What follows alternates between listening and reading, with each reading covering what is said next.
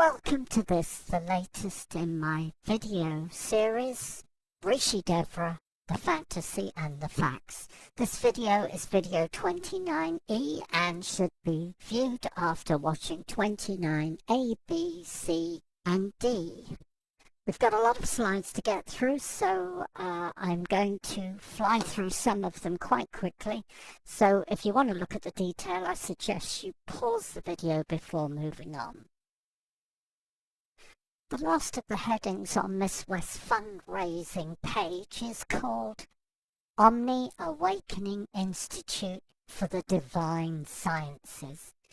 Now, we have to admit that Miss West has got the science of transferring other people's wealth into her own bank account down to a science that she's perfected over the last 20 or 30 years. This scientific approach has allowed her to commit theft, fraud, extortion, occasion with violent assault, and threats of murder without going to jail. So in that sense, we have to agree that Miss West is a master. So let's have a look at how she goes about it. Let's have a look at her business model, the guru cult extortion business model.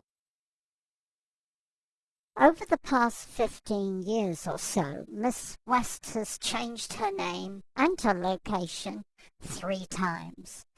Back in 1998, the late 90s to 2004, Miss West pronounced herself to be the Ascended Master, Devra G. And during that time period, the business container for her fraud scam was called the Circle of Divine Unity. Now, after the authorities shut that down, Miss West moved up to Lakeside, Montana, where she declared herself to be the Ascended Master, Surya Ma. Oh, and we mustn't forget that she is a master on the royal path. And after receiving a lot of negative press after a crime spree across 2 or 3 year time period, which included 2 arrest warrants, a conviction for assault, multiple appearances in court as the defendant in fraud-related lawsuits, and the subject of a sheriff's sale to force her to pay her creditors $2 million in judgments and interest, Miss West decided to pack up her roadshow there and move to Cave Creek, Arizona, where she pronounced herself to be the Ascended Master, Rishi Devra, a master on the royal path.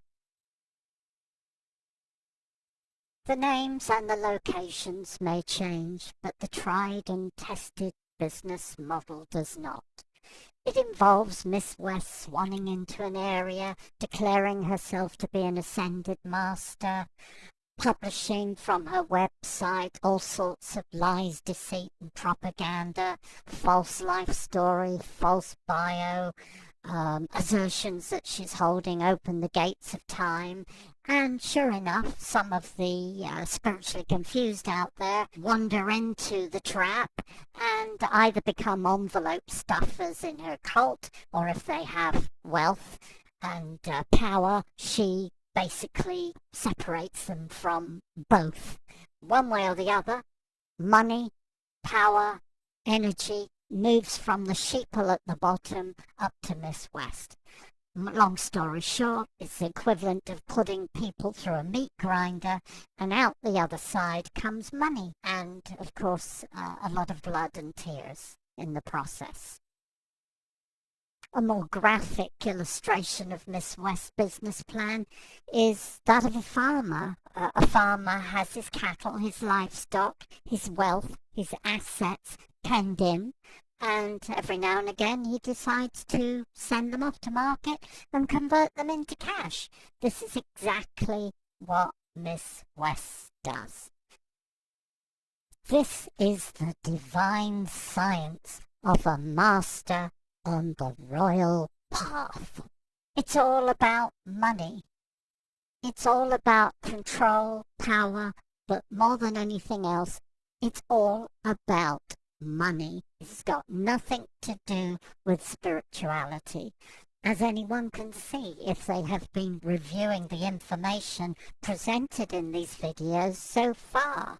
Spirituality is put out there, and like a candle to a moth, often with the same results, it attracts the unwary who end up getting burnt, badly hurt, and occasionally dead. Make no mistake about it, the mastership on the royal path is all about the alchemy of using the occult to convert people's wealth, energy, into a financial fortune for Miss West.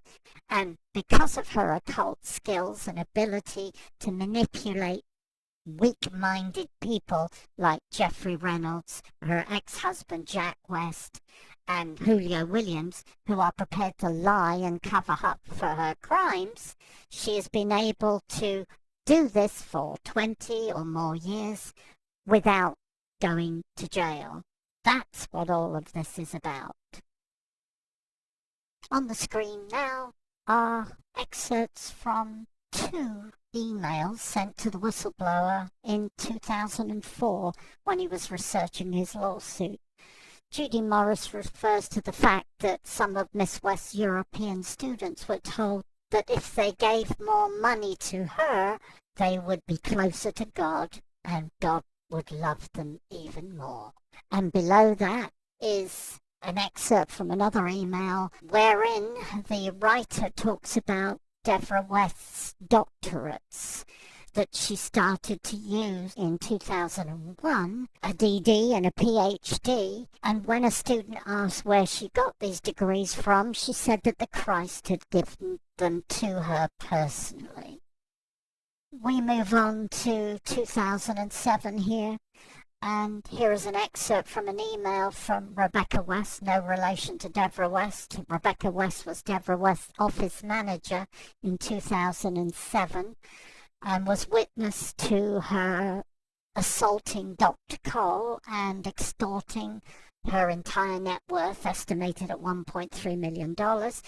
And Rebecca writes that 30 employees have come and gone, 16, just since she started in May of 2006, so 10 months.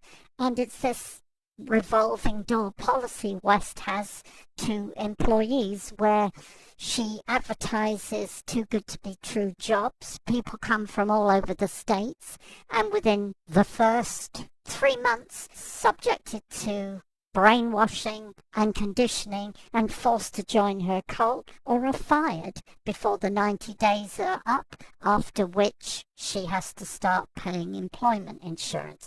This is Miss West's business model. This is the guru cult extortion business, and it generates millions of dollars a year for Miss West and has done for 2 to 3 decades.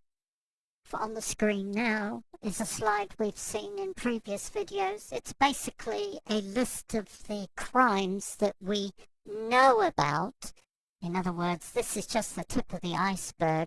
A lot of criminal activity is hidden because witnesses are too frightened to come forward, go to the police, or seek redress through the courts. So this is, if you like, a list of the crimes committed in Montana before Miss West moved down to Cave Creek, Arizona. The guru cult extortion business, Miss West's multi-million-dollar fraud scam, only works and can only be a success if the public buy into the lie, the deceit that she is a guru. So at all costs, Miss West must keep the illusion going that she is a guru and not an occult predator, which is what the truth is.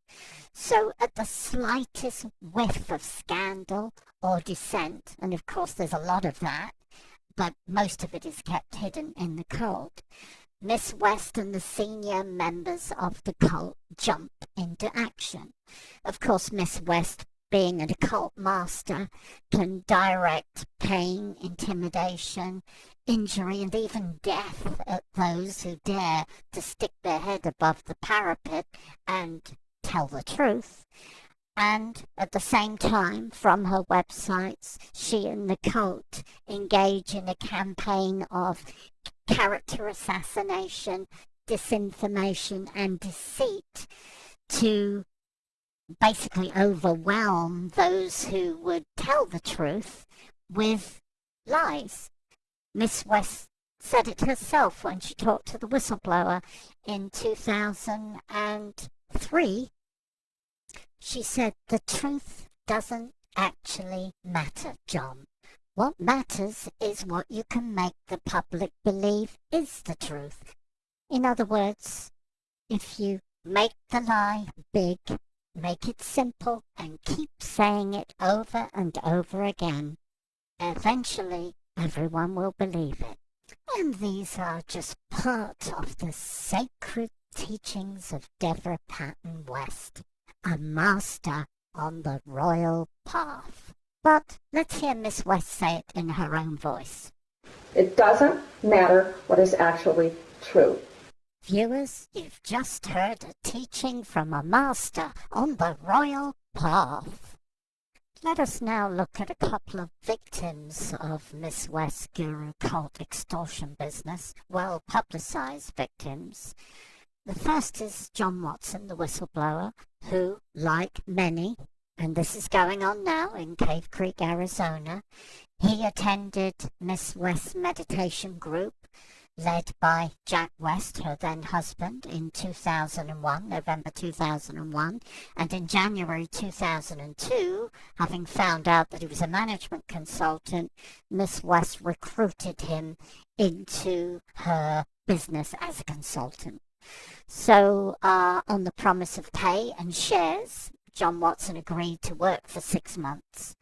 Now, on the screen now, top left, you'll see John Watson holding up a birthday present that Devra Patton West gave him on July 12th, 2002, when she attended his birthday party on his property in Victor, Montana.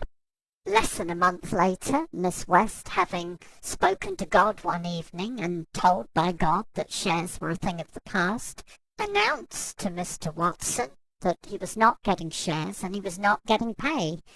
So John Watson sat on it for 6 months or so, and then in March of 2003 announced that he was going to sue Miss West for fraud, which he did successfully and got judgment in 2008, and those are the documents you can see on the screen next to the photograph of him.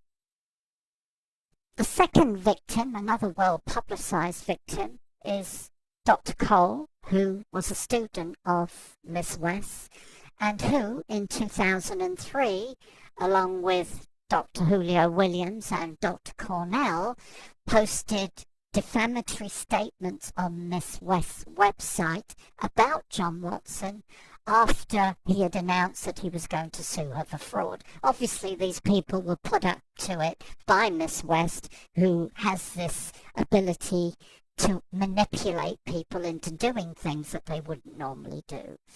Anyway, long story short, Miss West virtually bankrupted again for the second time in 2005-2006, desperately needed money, and tired of waiting for Dr. Cole to donate $1 million, basically beat the crap out of her and extorted it from her.